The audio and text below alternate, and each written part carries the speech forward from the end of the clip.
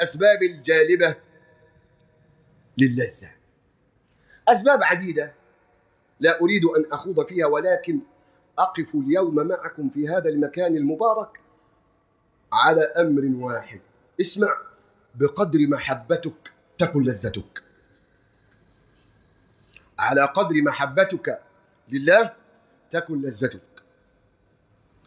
حديث عند البخاري ومسلم من حديث أنس رضي الله عنه أن النبي صلى الله عليه وسلم قال: ثلاثة من كن فيه وجد حلاوة الإيمان، أن يكون الله ورسوله أحب إليه مما سواهما، وأن يحب المرء لا يحبه إلا لله، وأن يكره أن يعود للكفر كما يكره أن يزج، وفي رواية أن يلقى في النار.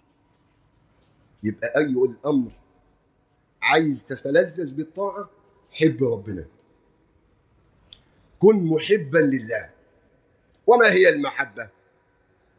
المحبة إذا جئنا فيها في أمر اللغة تعني الملازمة.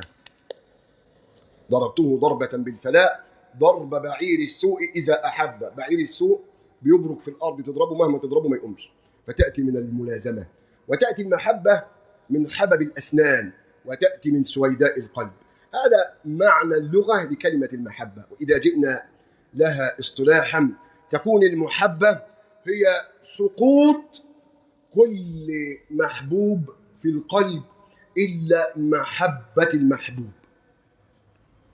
لا تضاهي محبة في قلبك محبة الله. وقالوا المحبة هي مواطأة القلب على مرادات المحبوب. وقالوا المحبة هي أن تكون كلك بالمحبوب مشغول والذل له مبذول.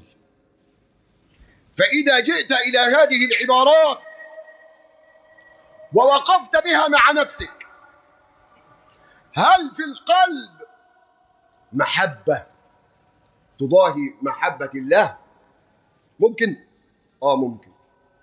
ومن الناس من يتخذ من دون الله أندادا يحبونهم كحب الله. اللي قاعد دلوقتي سمعني ولسه بيبيع ويشتري عنده خلل في المحبة، لأنه لو بيحب ربنا الله عز وجل نادى للصلاة فيسعى إلى مرادات المحبوب.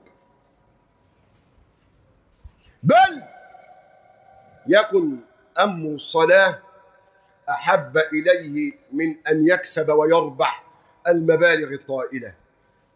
إن هنالك من الناس من اتخذ ثوبه محبوبا من دون الله، ومن الناس من اتخذ المرأة محبوبا من دون الله، ومن الناس من اتخذ المنصب محبوبا من دون الله، ومن الناس من اتخذ الولد محبوبا من دون الله.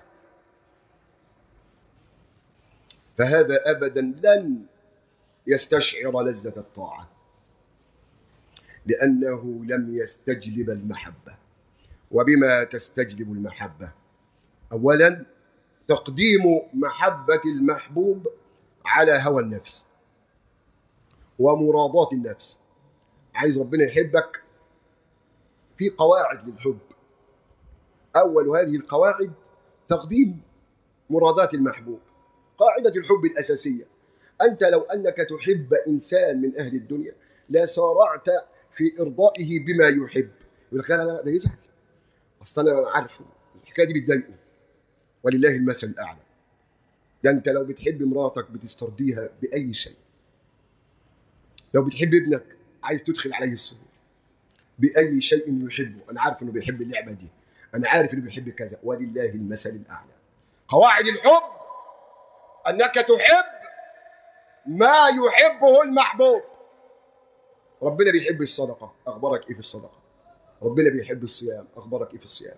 ربنا بيحب قيام الليل، أخبارك إيه في قيام الليل؟ ربنا بيحب غض البصر، أخبارك إيه في غض البصر؟ ربنا بيحب قراءة القرآن، أخبارك إيه في قراءة القرآن؟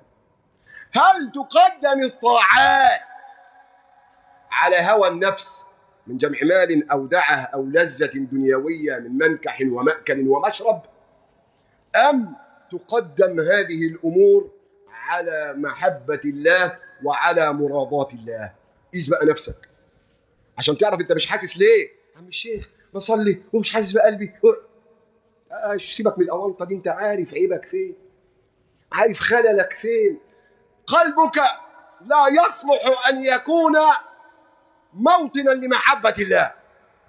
لما دخلت عليه الدواخل، لما افسدته الموانع والحجب والعوائق، فضل السعي وبعد الطريق وشرد المرء عن حقيقة محبة الله.